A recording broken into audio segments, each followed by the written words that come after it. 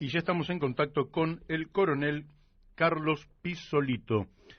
Buenos días, Carlos. ¿Cómo le va? ¿Qué tal? Buen día, Mario. Muy bien, todo muy bien por acá. Bárbaro.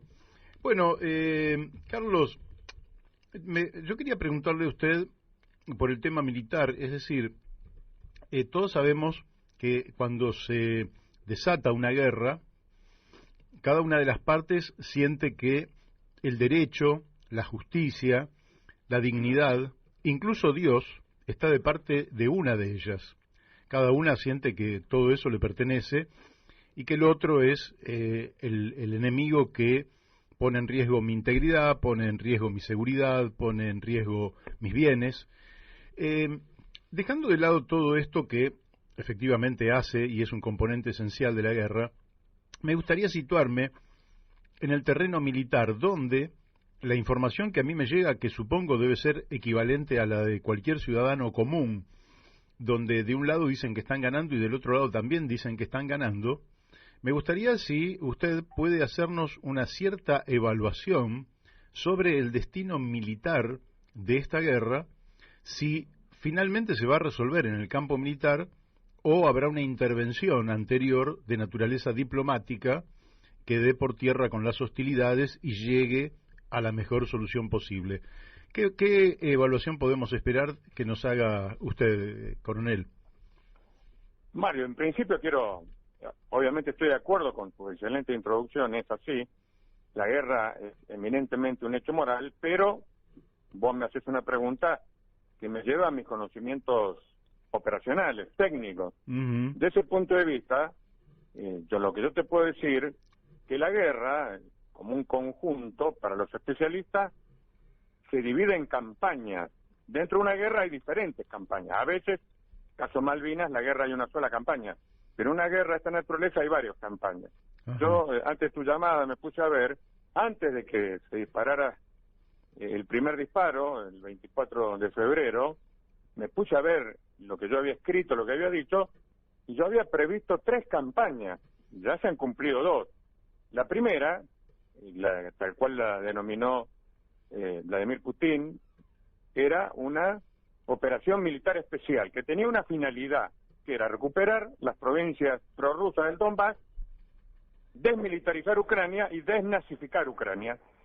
Esa campaña terminó, porque el propio Putin, el 1 de septiembre, en un mensaje, le anuncia al mundo y a su pueblo que ha empezado una guerra.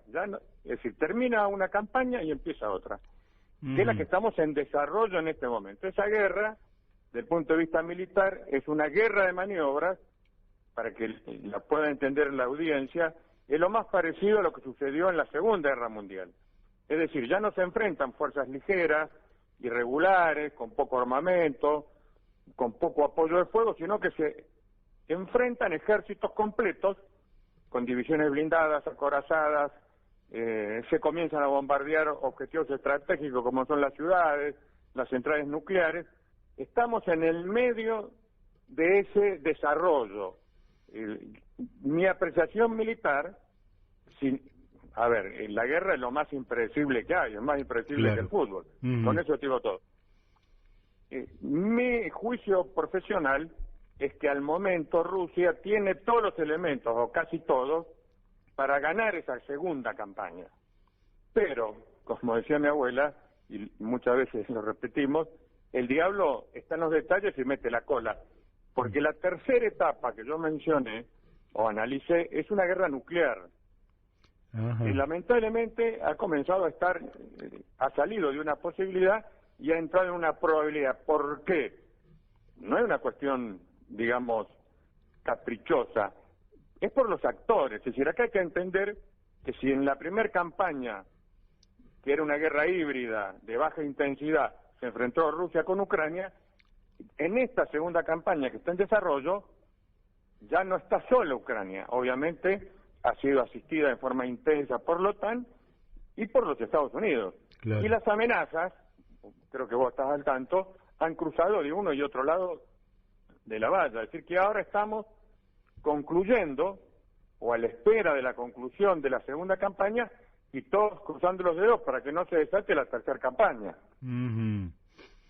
Está bien el análisis. Quiere decir, y yo te voy a preguntar por temas que tienen que ver también con el clima, porque allá están viviendo, acá estamos viviendo la primavera, allá están viviendo el otoño, acá nos acercamos al verano, allí se acercan al invierno, y el invierno en zonas donde es muy crudo juega un rol protagónico.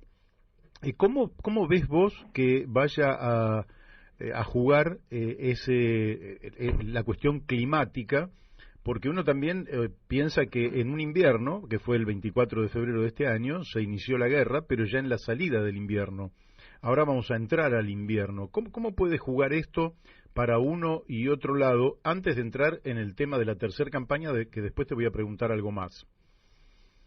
Mira, Mario, el invierno es paradójico. ¿En qué sentido? Desde el punto de vista militar, técnico, táctico, el invierno favorece las operaciones militares porque esas llanuras de tierra negra, muy parecidas a lo que sería nuestra pampa húmeda, que es la frontera entre Ucrania y Rusia, ahora es un lodazal. Es decir, están ellos en el otoño, no hace frío ni calor, entonces eso limita la movilidad de grandes elementos blindados y mecanizados.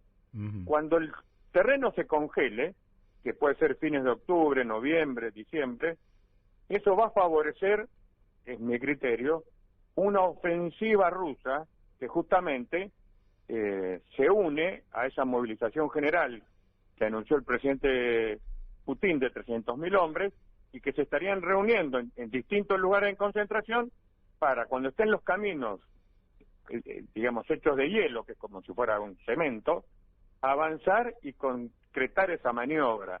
Eso desde el punto de vista técnico está claro. Obviamente, si yo voy a un punto de vista industrial, estratégico, incluso familiar, el invierno es un inconveniente, especialmente para los países que en este momento están privados de los recursos energéticos de Rusia, básicamente Europa. Es decir, lo hemos visto, vos seguramente también, los llamados que han hecho los líderes de Gran Bretaña, de Francia, especialmente Alemania, los países bálticos, a un ahorro de energía, porque Europa hoy carece de ese gas que venía por esos gasoductos que han sido destruidos y depende básicamente de un gas que envía a Estados Unidos, que es muy caro, que es el gas natural comprimido, que llega en unos barcos inmensos, gasificadores, pero que es más caro y que no se puede almacenar en la totalidad o de la necesidad. Entonces vos tenés, por un lado, una ventaja para Rusia,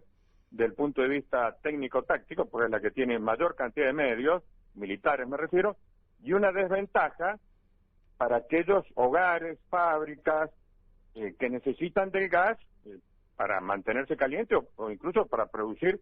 La industria petroquímica alemana necesita de una inmensa cantidad de gas. Uh-huh. Así que, claro, vos decís entonces que entramos al invierno y que quizás Rusia intente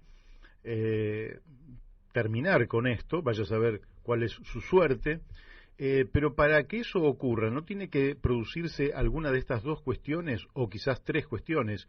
Una, que dimita el presidente de Ucrania. Dos, quizás la necesidad de avanzar sobre Kiev. O tres, que Estados Unidos intervenga y diga vamos a una solución diplomática. ¿Cómo ves esta situación vos? Mira, excepto la última, voy a empezar por la última. Mi percepción, incluso después de haber sido agregado militar 2 años en los Estados Unidos, creo conocer, Estados Unidos no quiere la paz. Es decir, Estados Unidos en este momento ha puesto, digamos, su peso estratégico, diplomático y político, que es inmenso, para que la guerra continúe. Porque su objetivo es impedir a toda costa una victoria rusa, porque eso le derrumbaría, obviamente, su hegemonía sobre una parte muy importante para la estrategia norteamericana, que es Europa. Entonces, hoy Estados Unidos, al momento, no quiere la paz. Además, no estoy haciendo una deducción. Esto lo ha dicho el presidente Biden, lo ha dicho el secretario, el canciller Blinken, lo han dicho los jefes militares, y Estados Unidos no quiere la paz. Las otras dos alternativas que vos planteás, una que es la caída del gobierno o la toma de Kiev, sí, es lo más probable, digamos, si hiciéramos abstracción de la última, justamente lo que vos mencionás, que es el rol de los Estados Unidos, debería ser el desarrollo normal de esta campaña. Es decir, los rusos con sus divisiones blindadas y mecanizadas, tal cual lo hicieron en la Segunda Guerra Mundial, cortan a las fuerzas ucranianas de norte a sur, atacando desde la ciudad de Volgorod o alguna otra ciudad de Bielorrusia, conquistan Kiev, cae el gobierno, se sienta en la mesa de negociaciones y bueno, termina la película. Eso si no estuviera este actor principalísimo que son los Estados Unidos. Claro. Efectivamente, o sea que esta guerra puede prorrogarse porque incluso frente a la caída del presidente ucraniano y que Rusia instale allí un gobierno amigo, ese gobierno tampoco tendría el reconocimiento de Occidente y eso daría lugar a organizar una resistencia para que no se estabilice ese gobierno, con lo cual a la actual división que está sufriendo Ucrania con el desgarramiento de las zonas que ya se han declarado integrantes de la Federación Rusa, le agregaría prácticamente una suerte de desintegración nacional. ¿Cómo sería eso? Porque realmente lo único que queda es que perdiendo un 20% del territorio, además en el territorio que le queda bajo el gobierno, no sea reconocida por el resto de los países. ¿Cómo queda eso? Mira, Mario, yo creo que acá tenemos que dejar un poco los manuales de Naciones Unidas o de las relaciones internacionales y agarrar los manuales de la historia. Es decir, Rusia, lo mismo que Ucrania, tiene una existencia milenaria. Si uno ve los sucesivos mapas, Ucrania vendría a ser una bisagra, es una línea de separación entre Oriente y Occidente, y ha cambiado de manos innumerable cantidad de veces. De hecho, no hace más de 20 y pico, 30 años que Ucrania se separó de la Unión Soviética, pero toda su historia formó parte del Imperio Ruso. Es más, la primer capital de ese imperio fue Kiev. Claro. Con eso en la mano, yo te puedo decir dos cosas. No son pocos los analistas, especialmente los más serios, los más viejos.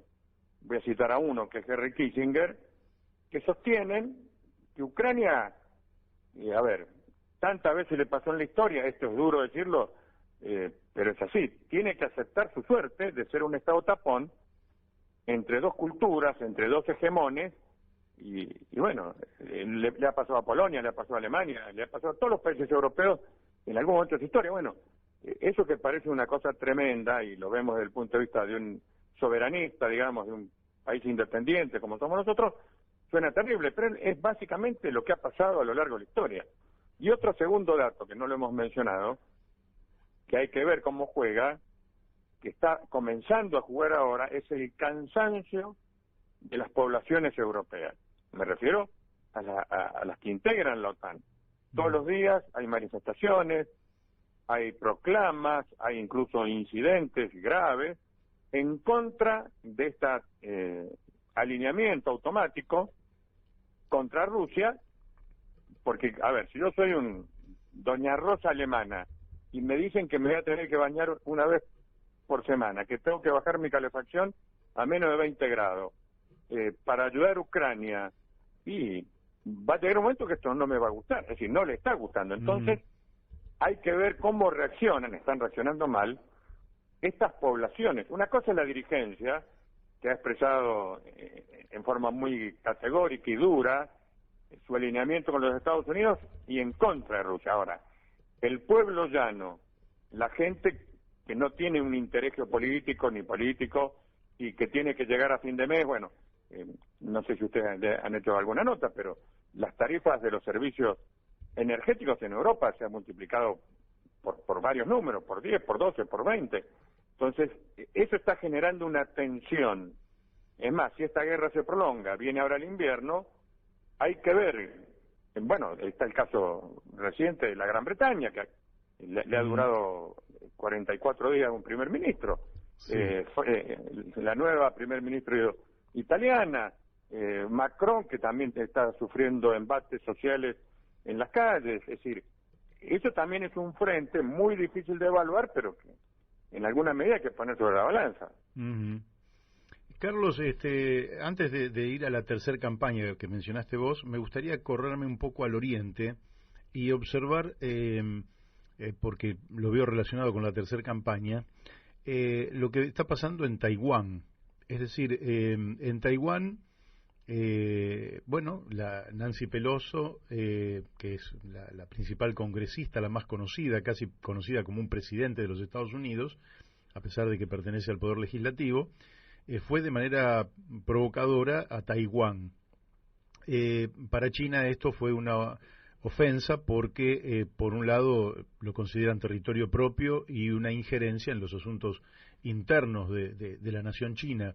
Pero por otro, da la impresión de que estaría vinculado al tema de que Taiwán es el principal productor de microchips y estarían pensando en el cierre de la exportación de microchips de Taiwán a China, de manera tal que esto implicaría el parate de una industria estratégica de punta tecnológica de China y obligaría a China entonces, o por lo menos induciría a China a tomar una resolución violenta para la conquista de Taiwán y recuperar esa fuente tecnológica vital para el desarrollo de la China continental.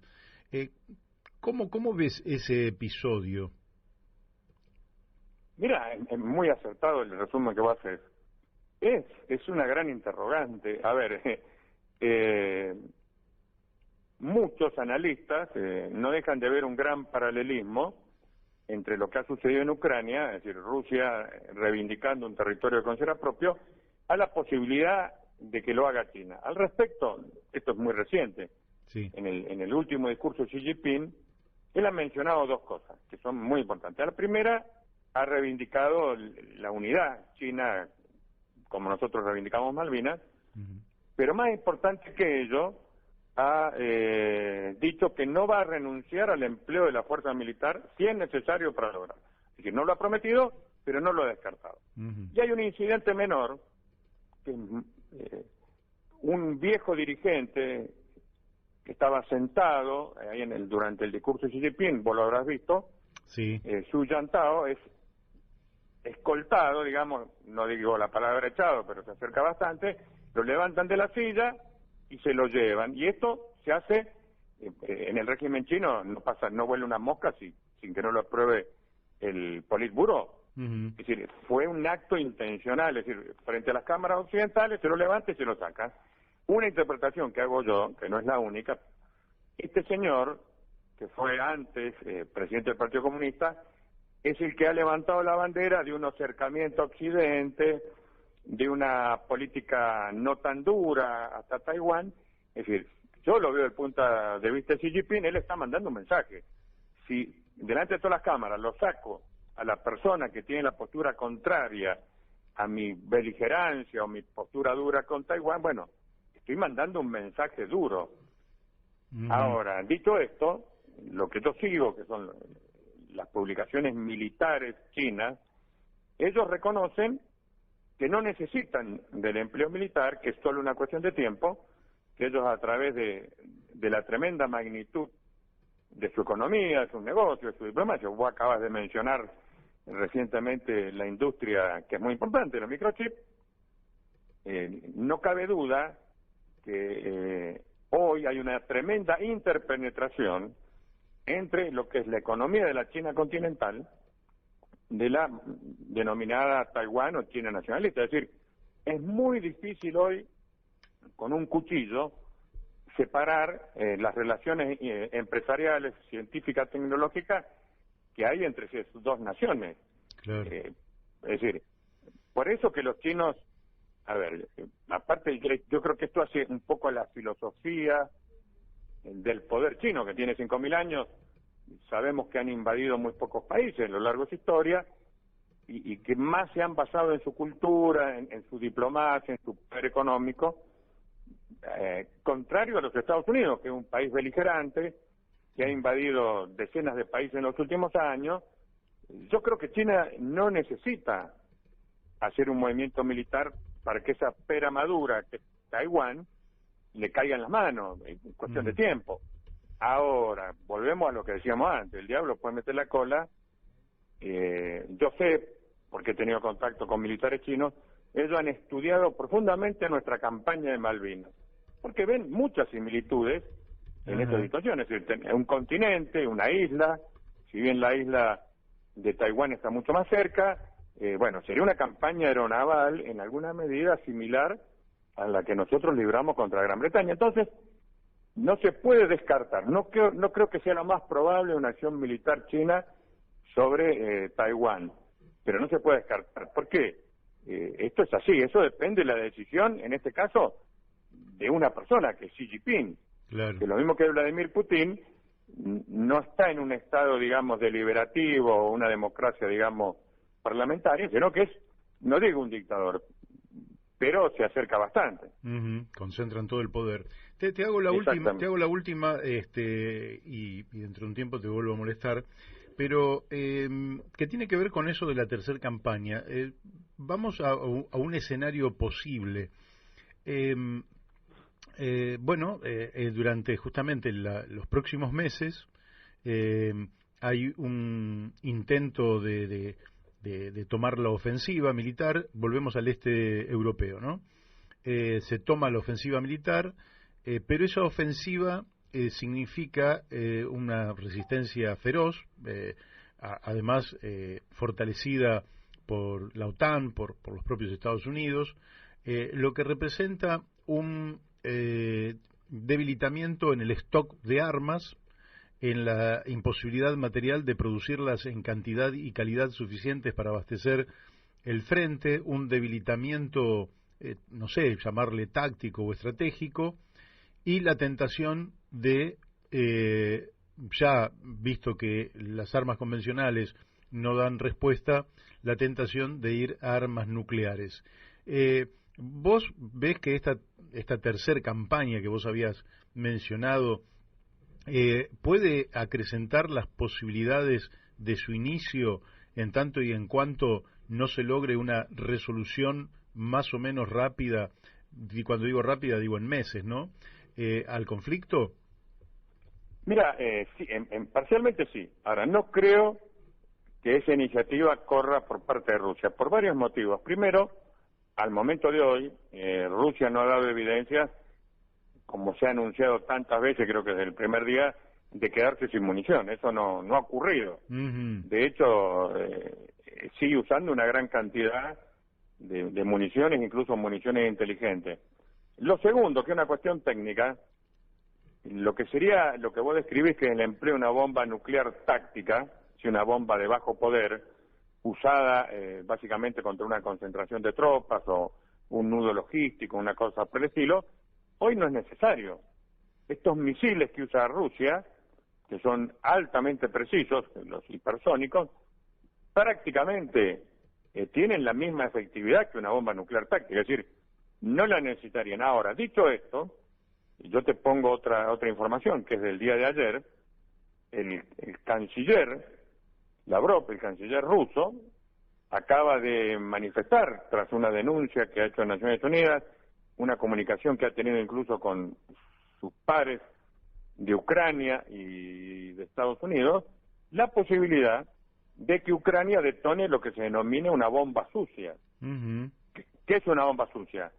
Por ejemplo, Ucrania, por una cuestión de planeamiento soviético, era el lugar donde se encontraban la mayor cantidad, de hecho tiene, no me acuerdo, son 10, 12 centrales nucleares, reactores nucleares que están en funcionamiento. Es decir, si yo en una central nuclear que está bajo mi poder coloco, son lugares muy resistentes para ser destruidos desde afuera, pero si yo en el interior coloco un explosivo convencional, es decir, una bomba común, y voy a producir un efecto muy similar a Chernóbil. Es decir, no una explosión devastadora, pero sí voy a producir una gran contaminación. Entonces, Rusia ha advertido la posibilidad de que Ucrania sea la que inicie estas acciones, digamos, de la tercera campaña nucleares con una bomba sucia.